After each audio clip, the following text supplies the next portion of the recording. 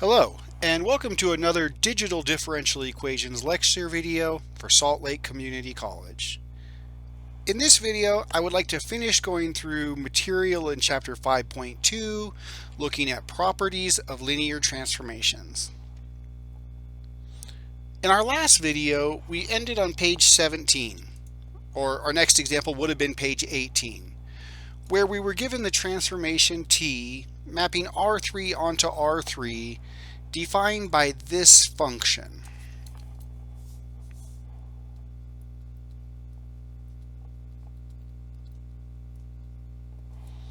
I'd also like to look back at the previous example we looked at, where the transformation we were given was mapping R4 onto R2, but the transformation was given to us using a matrix of transformation. To make our new example seem similar to our last, I'd like to start by finding our standard matrix of transformation, rather than writing this as a function.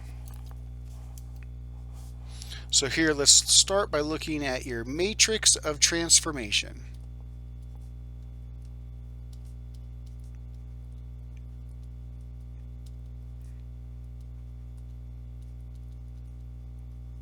You should recall this is something that we looked at in chapter 5.1.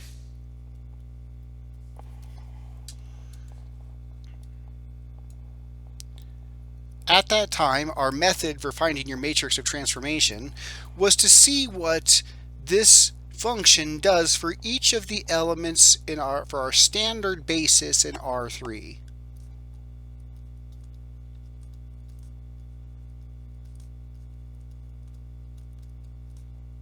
And for R3, our standard basis was given by the vectors 1, 0, 0, 0, 1, 0, and 0, 0, 1. So let's see what this function does to each of these basis vectors. Let's start with T of 1, 0, 0. When we apply our transformation to this basis vector, we're allowing x to be 1, y and z to both be 0. Of course, if x is 1 and y and z are both 0, I think we get back the vector 1, 0, 0.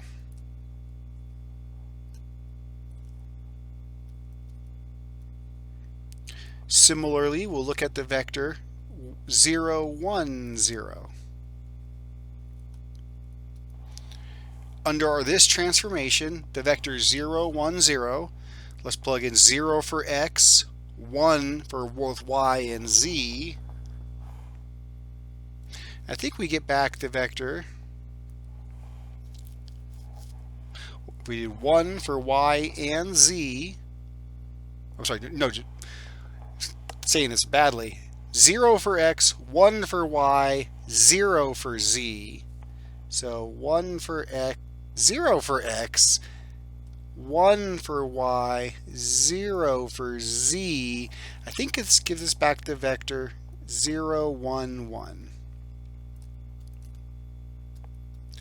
And lastly, we'll evaluate our transformation at the basis vector 0, 0, 1.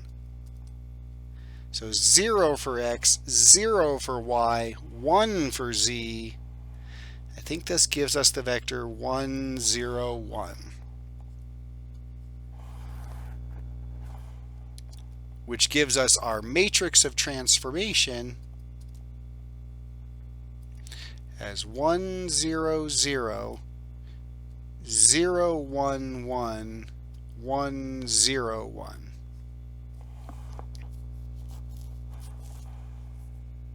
So rewriting our transformation from R3 to R3, we can write this as T of some element in our domain, x, y, z, can be transformed by multiplying by our matrix with columns 1, 0, 0, 0, 1, 1, 1, 0, 1.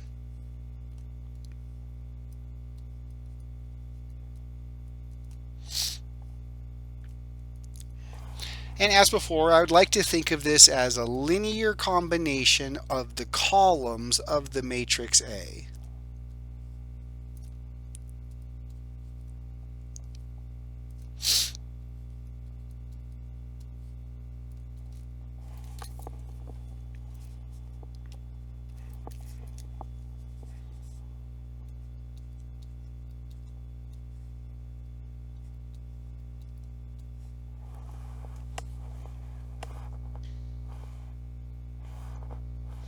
And from here, we would like to be able to determine what is the image of our transformation, what is the kernel of our transformation, is our transformation injective,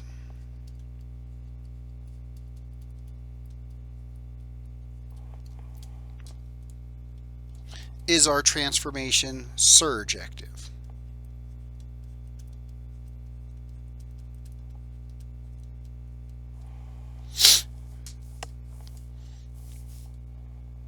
Now, to think about the image of T, what I think we really need to focus on are the three vectors right here, and ask ourselves, what is the span of these three vectors?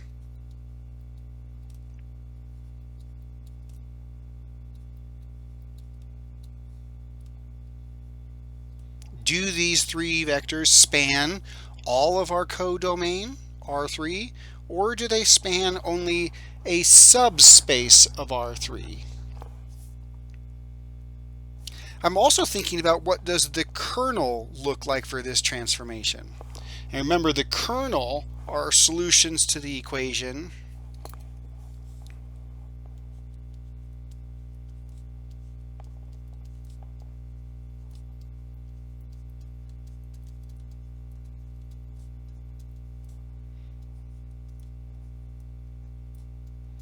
AV equals 0. And whether you're thinking about the span or you're thinking about the kernel, either way, I think we're going to want to look at the RREF of this matrix. If we look at just the RREF of the original matrix A, we'll be able to determine whether these vectors are linearly independent or not.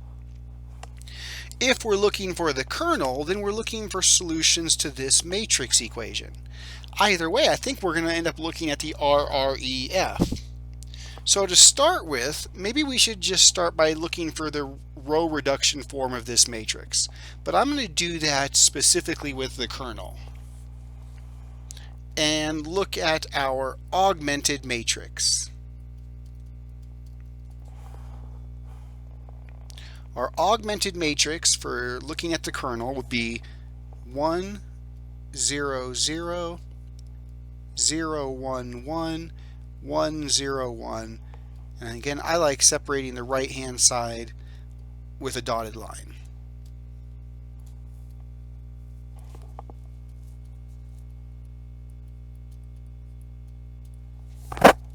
Now, if we were looking at just at the RREF of the original matrix A, all I would be interested in is what is happening on the left side of this augmented matrix. But when we're looking at the kernel, we're looking at the solutions of the augmented matrix, and so I think doing the RREF will satisfy both of our interests at the same time. Now to help us, I'm going to provide the RREF of this matrix. However, I think you should confirm that I am right by using your calculator. I think when you get the RREF, you'll get the matrix back that looks like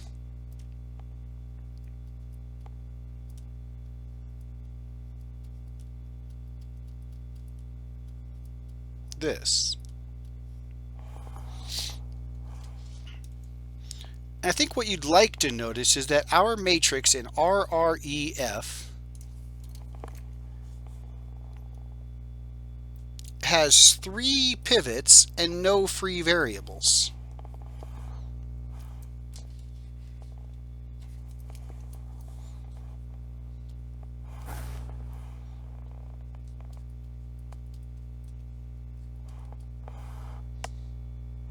These 3 pivots tell us that all 3 vectors are linearly independent. The fact that there are no free variables says that only one solution exists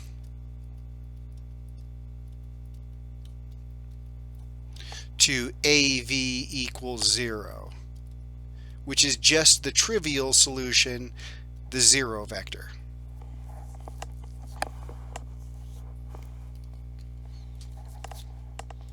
Putting this together, I think this gives us what we need to do to be able to identify the image and the kernel. Because these three vectors are all linearly independent, these three vectors will span all of R3. So the image of T is all of R3.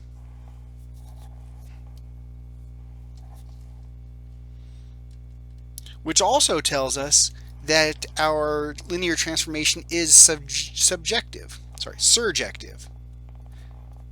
because the image of T is R3. Now the kernel. Because there are no free variables, the only solution to AV equals 0 is the trivial solution, just the 0 vector. So the kernel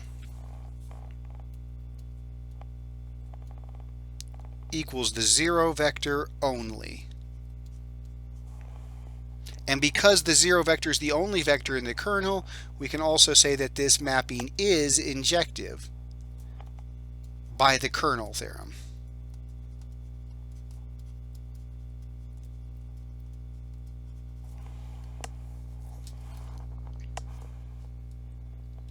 Now it's worth noting the dimension theorem here.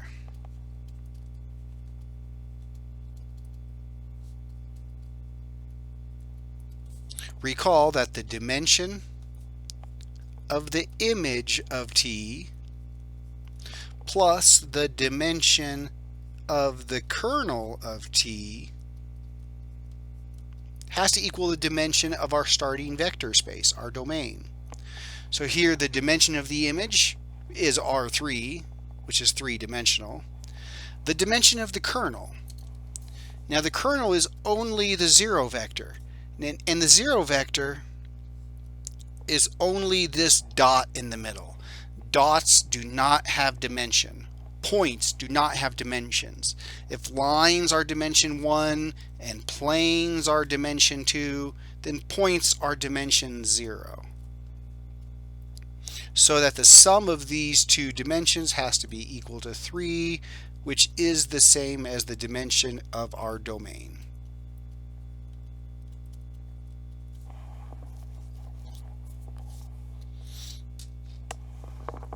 Okay, I hope this is helpful. I think it's important to know that as soon as we knew that the dimension of the image was going to be 3, then we should have actually known that the dimension of the kernel had to be 0 and said that the kernel would have been the 0 vector only.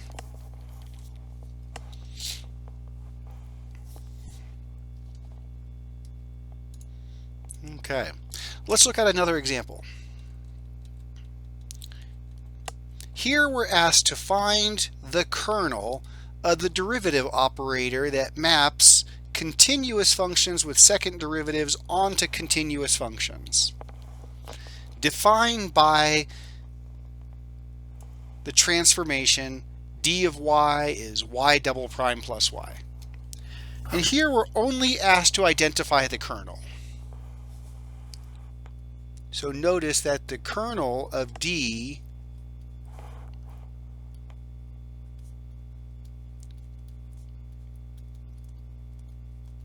are solutions to the equation y double prime plus y equals 0. Remember, the kernel are the things that get mapped to the 0 vector, so I would like to know what gets mapped to 0 here. This should look familiar to us from the work that we did in chapter 4, where we're given a second order linear differential equation.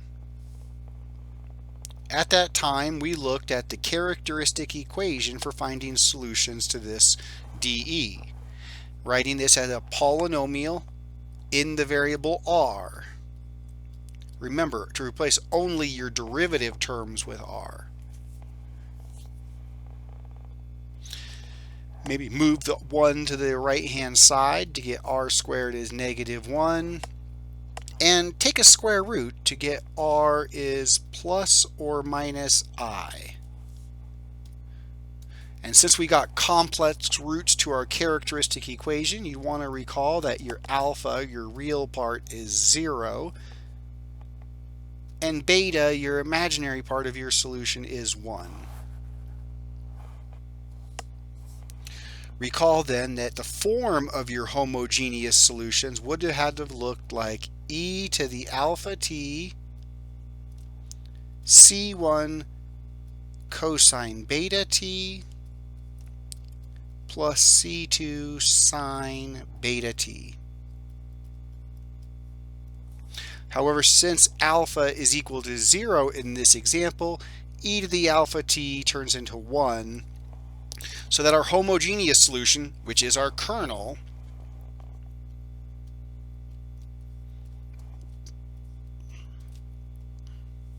will be the set of functions created by c1 cosine beta t, so just t, plus c2 sine t, such that c1 and c2 are elements of the real numbers. Alternatively, you could have written this as just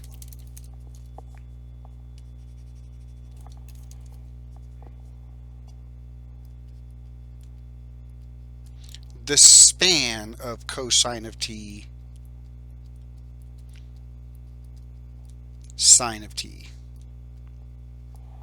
The span is all linear combinations, which by definition is c1 cosine t plus c2 sine t. I think either of these definitions or ways of expressing your kernel is appropriate. Let's look at another example.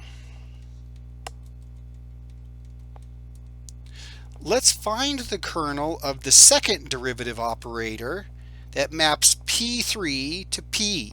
Remember, this is third degree polynomials to polynomials defined by this function, where this function takes the second derivative of a third degree polynomial and turns it into a first degree polynomial.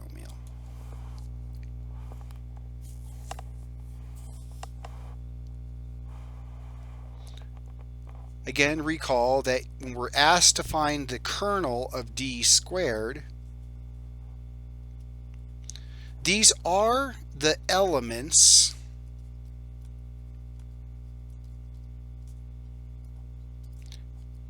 of P3 that get mapped to 0.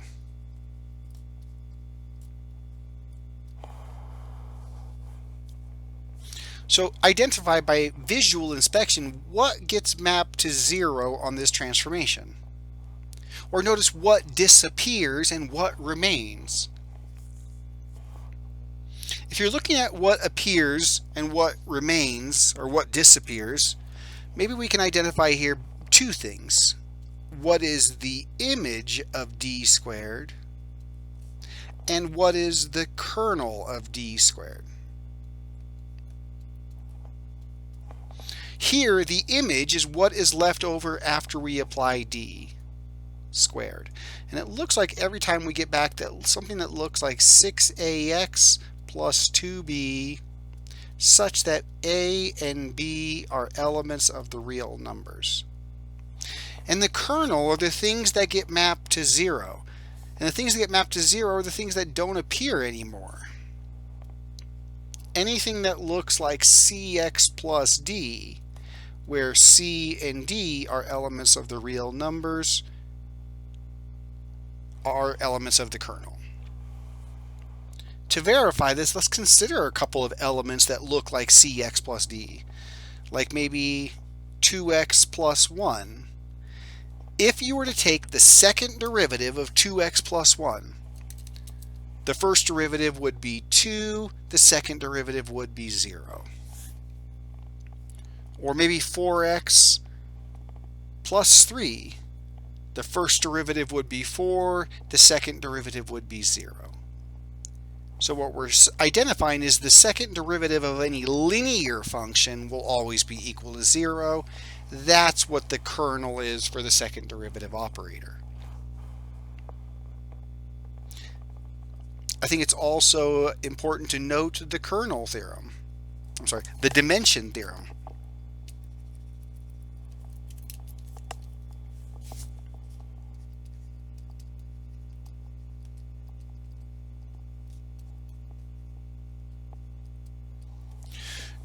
Note that the dimension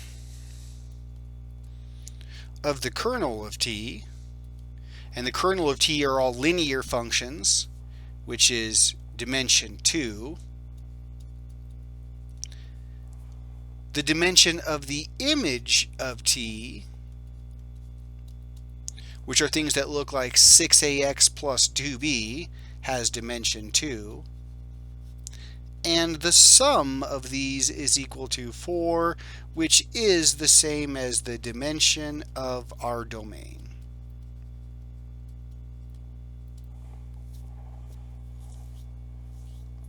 Remember, we know this is a 4-dimensional domain because P3, a basis for P3,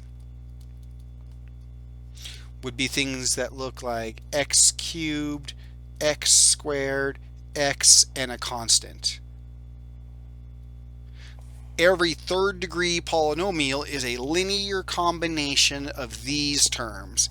And since there are 4 terms here, we know that the basis of this space has dimension 4.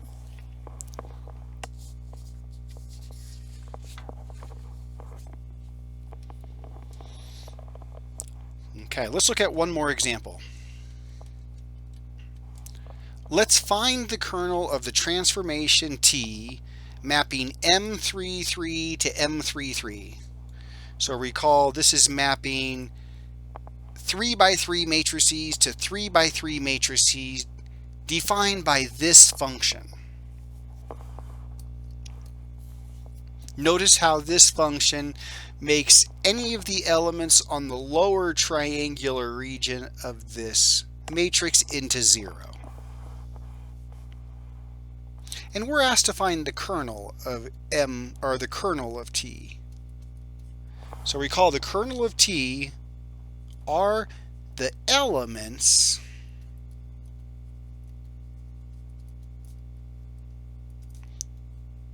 of M33 that get mapped to 0. Notice that things that are above this main diagonal or on the diagonal always stay the same. So the only way that you're going to get mapped to 0 is if those elements were 0 to start with. So this allows me to say that the kernel of T is the set of matrices where the elements on the main diagonal or above are already 0 to start with.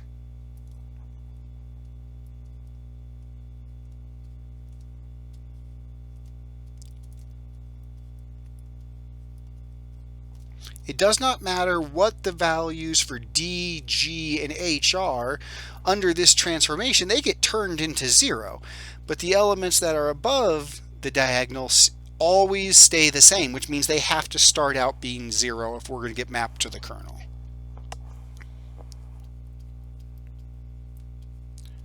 While the image of T is what's left over after the transformation has been applied, which are things that look like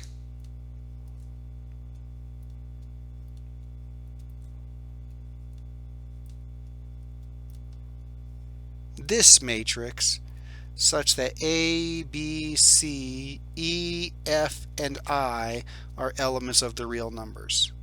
This is what is left over after the transformation has been applied.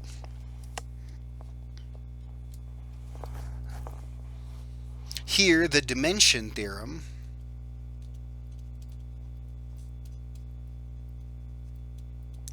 would tell us that the dimension of the kernel of T is equal to 3, because there are 3 non-zero elements in our kernel, while the dimension of the image of T, the number of non-zero elements in the image, is 6. And recall, the dimension theorem says the sum of the dimension of the image and the dimension of the kernel, here is equal to 9, is the same as the dimension of your domain. Which, when we're thinking about elements of 3, 3, these matrices have 9 elements in them, so this is a 9-dimensional space. So the dimension theorem still applies. Okay. This finishes all the examples I wanted to show you from chapter 5.2. I hope this gives you enough to complete your homework, and I hope this video is helpful. I'll see you next time.